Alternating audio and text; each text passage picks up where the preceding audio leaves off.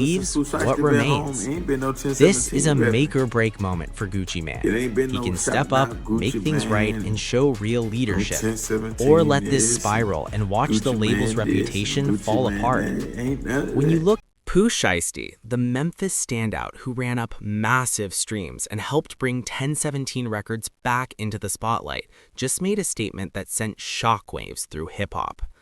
Listen to this. After serving years behind bars, he stepped back into the world and claims there was nothing waiting for him from the label that once sold him a dream.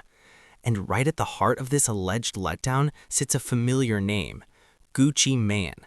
This isn't the usual rapper versus label mess. This one feels personal. We're talking loyalty, loss, disrespect, and money. Serious money. And if you think Memphis is about to let this slide quietly, you clearly don't know how things move down there.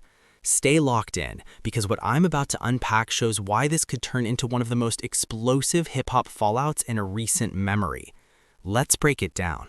To really understand how things reached this point, you've got to look at who Pooh Shiesty was to 1017 Records from the jump. Back in 2020, Pooh Shiesty wasn't just another artist added to the roster. Hold up, he was positioned as the future of Gucci Mane's entire operation. His breakout hit Back in Blood featuring Lil Durk didn't just chart, it became a moment. The record exploded with hundreds of millions of streams and launched Pooh into mainstream rap almost overnight. He brought that raw Memphis edge that felt authentic and dangerous, and fans everywhere topped in. His debut project, Shiesty Season, went platinum, just like that. 1017 Records felt culturally relevant again in a way it hadn't in years. Pooh wasn't simply releasing music, he was generating revenue for Gucci, big revenue. But in October of 2021, the momentum came to a hard stop. Pooh Shiesty was arrested and later sentenced to 5 years in federal prison on firearms conspiracy charges. For most artists, that's the end of the road. Incarceration usually kills buzz, momentum, and public interest. But you won't believe this. Pooh Shiesty's name kept ringing. Fans stayed invested. His music continued pulling numbers, and anticipation for his release kept growing. During that time, Gucci Mane stayed vocal publicly. He spoke about missing Pooh, about waiting for his return, about 1017 holding things down while he was away. Gucci even slimmed the label roster to nearly nothing. Only Pooh Shiesty and Fugiano remained. But now, it's becoming clear that those public statements didn't fully match what was happening behind the scenes. So let's rewind to when everything looked flawless. When Pooh Shiesty first signed to 1017, it felt like a perfect hip-hop story. Gucci Mane, the Atlanta trap pioneer, is teaming up with a hungry Memphis street rapper. Pooh delivered that gritty, no-filter sound that reminded fans of Gucci's early era, and Gucci brought the industry access, the capital, and the influence. Early on, Pooh Shiesty proudly represented 1017. Every interview, every post, every track carried the label's name, Big 1017, the brand. Gucci Mane, the legend. Listen, he wore that chain like it meant something. He talked about Gucci as a mentor, as a family. The bond felt real, or at least it appeared that way.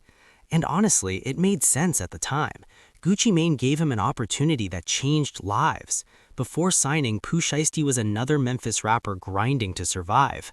Afterward, he was performing on major stages, collaborating with top-tier artists, seeing his face on billboards. The partnership was clearly paying off. But hold up, this is where most people missed the warning signs. Even before Pooh Shiesty went to prison, tension was already brewing. Industry whispers started circulating. Talk of contract disputes, of Pooh feeling undervalued, of quiet friction behind closed doors. Nothing public. Nothing explosive, just subtle business pressure that comes with label deals. Fast forward to 2025 and Pooh Shiesty finally regains his freedom. The entire culture is watching, waiting, speculating. Can he pick up where he left off? Will 1017 celebrate his return? Will Gucci Mane show up with support, resources, and a rollout plan? According to Pooh, none of that happened. Not long after his release, he posted a message online that sparked everything. He said when he came home, no label, no artists, and no friends truly showed up. only family, only the people who were there from day one. Now, he didn't drop names, but let's be real, we know who that message pointed at.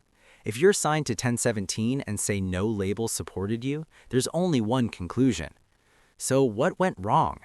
According to those close to the situation, the issue comes down to money, specifically contract negotiations. When Pooh went to prison, he was still operating under his original 1017 deal. By the time he came home, that deal was up, and that's where things turned tense. He entered prison as a promising new artist with one big project. He exited as a certified star, a platinum body of work, a massive fan base, and even more demand than before. His value had increased dramatically. Any sharp executive would recognize that and renegotiate accordingly. But reportedly, Gucci Mane didn't adjust the numbers. Sources claim the offers presented were low, far below industry standards, deals that didn't reflect the streams or the impact. The earning potential just wasn't being respected.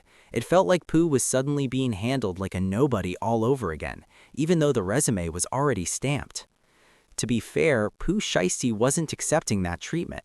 He knows his value now. He's seen the data, he's watched the fan response grow, and he understands the business side way more than he ever did before prison. So when those lowball figures hit the table, he pushed back hard, and that's when the situation really started falling apart. Since coming home, Pooh Shiesty hasn't said a single word about 1017. Not on social media, not during interviews, not even in his freestyles. That chain? Gone. The shoutouts? Non-existent. For someone who once put the label on his shoulders, that silence speaks volumes. So what did Gucci Mane actually give him?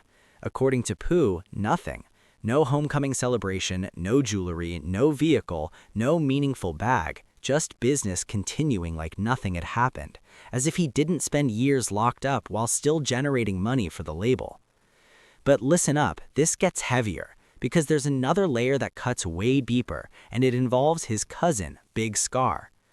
Big Scar was also a rising artist under 1017, and more importantly, he was family. In December 2022, Big Scar tragically died from an accidental overdose, only 22 years old. His loss shook Memphis completely.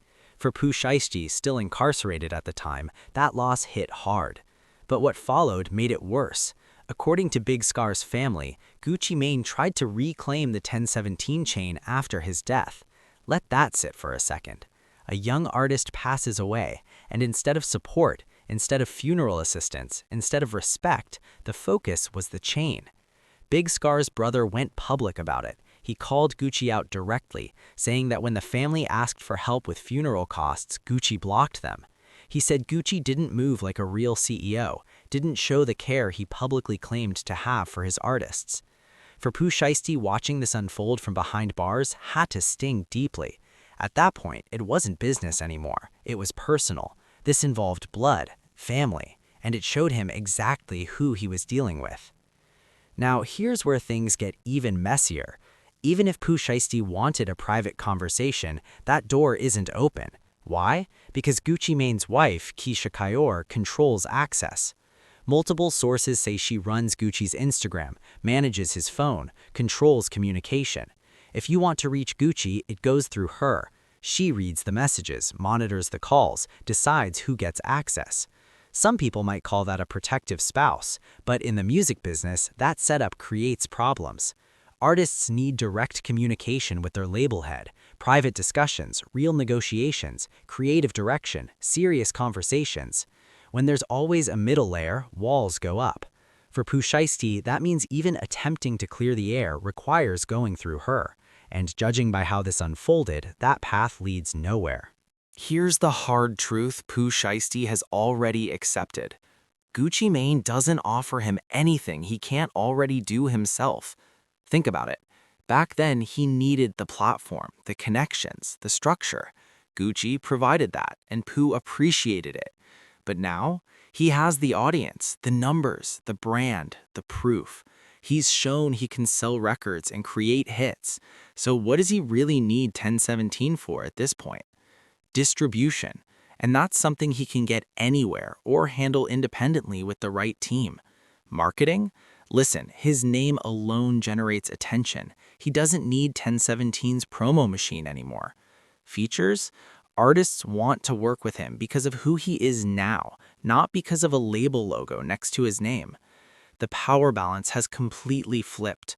Pooh Shiesty isn't the desperate newcomer anymore. He's a proven artist who did time and somehow came home with even more credibility, more visibility, more leverage. He holds the cards now, and Gucci Mane is trying to undercut him during renegotiations, saying one of two things. Either Gucci doesn't recognize that shift, or he doesn't care, and that explains everything. That's why Pooh Shiesty is comfortable walking away. That's why he stopped representing 1017. That's why the relationship went ice cold, because he realized staying meant settling for less than his worth, and he's done doing that. Now the real question is, if Pooh Shiesty speaks publicly, how does Gucci respond? Does he defend himself? Does he fire back through music? Or does he try to quietly smooth things over? Because if this turns into an open conflict, it could seriously damage 1017 Records. What artist would want to sign after seeing this play out? Who's going to trust Gucci Mane to support them, especially if his biggest star felt abandoned coming home from prison? The stakes are high on both sides. For Pooh Shiesty, this isn't about numbers anymore. It's about respect and being compensated at the level he's actually earned. For Gucci Mane, this moment is about reputation and the direction his label goes next. But zoom out for a second, because this situation highlights a much larger industry issue: how record labels handle artists, especially young talent. Artists who sign deals before they truly understand the business.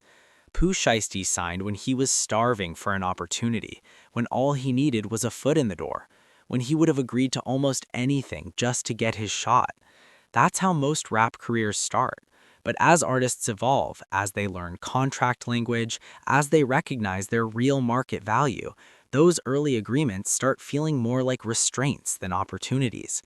The smart labels adopt. They renegotiate with fairness, they show respect, they invest in long-term relationships instead of squeezing short-term wins.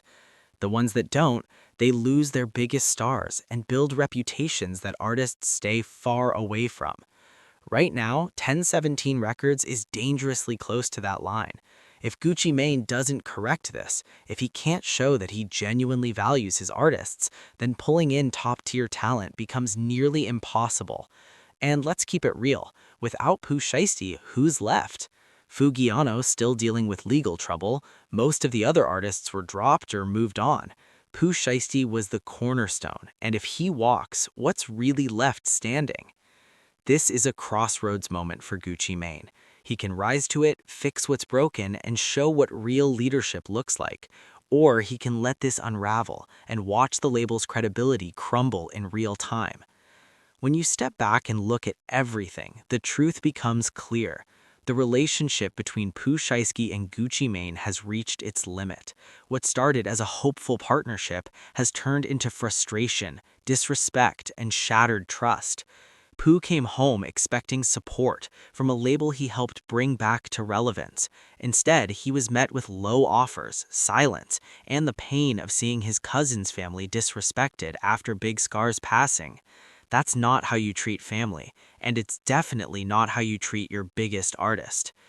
Now Pooh Shiesty isn't holding back anymore. He's not repping 1017, he's not shouting out Gucci, and he's made it clear that nobody showed up for him.